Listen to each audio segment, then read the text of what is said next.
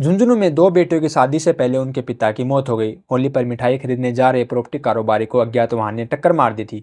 हादसा चिड़ावा लुहारू बाईपास पर पिलानी में धिंदवा सर्किल के पास 13 मार्च को शाम 5 बजे हुआ। प्रियांशु ने बताया कि उनके पापा रमेश कुमार, जिनकी उम्र 43 वर्ष थी, गुरुवार को धिंदवा सर्किल के पास अपने ऑफिस में थे। होली पर प्रियांशु चिड़ावा में बुआ के घर गया हुआ था। दिन में प्रियांशु की उसके पापा से फ़ोन पर बात हुई थी।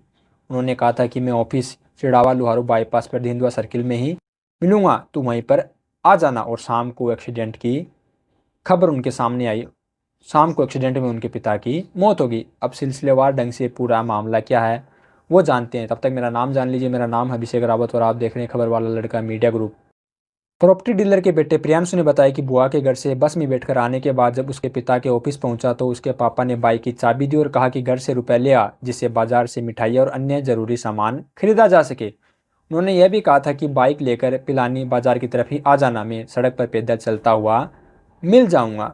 प्रियांशु ने बताया कि धिंदवा सर्किल से करीब 3 किलोमीटर दूर घर पहुंचा। करीब आधे घंटे बाद जब धिंदवा सर्किल के पास पहुंचा तो पता चला कि अज्ञात वाहन ने उसके पिता को टक्कर मार दी है और कुचलते हुए फरार हो गया। हादसे में पिता गंभीर घायल हो गए। तुरंत घर पहुंचा चाचा सुरेश को सूचना दी, जिसके बाद वे बिरला सार्वजनिक अस्पताल पहुंचे। डॉक्टरों ने झुंझुनू के बेटे के अस्पताल रेफर कर दिया, जहां इलाज के दौरान उनके पिता की मौत हो गई। रमेश कुमार की छोटी बेटी सरिता ने कहा कि घर में सभी शाम को पापा के लौटने का इंतजार कर रहे थे, लेकिन जैसे ही उनकी मौत की खबर मिली परिवार को विश्वास ही नहीं हुआ। अब कुछ उनको समझ नहीं आ रहा था कि अब क्या होगा। बड़ी बेटी सोनू तो कुछ बोलने से पहले ही रो पड़ी। छोटे भाई सुरेश कुमार नायक ने शुक्रवार को पिलानी थाने में रिपोर्ट दर्ज करवाई। पुलिस ने अज्ञात वाहन ड्राइवर के खिलाफ मामला दर्ज कर लिया है।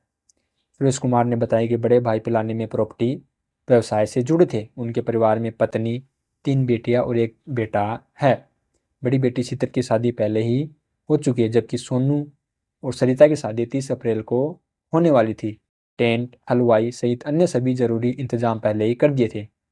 होली के बाद दहेज का सामान और ज्वेलरी खरीदने की योजना थी।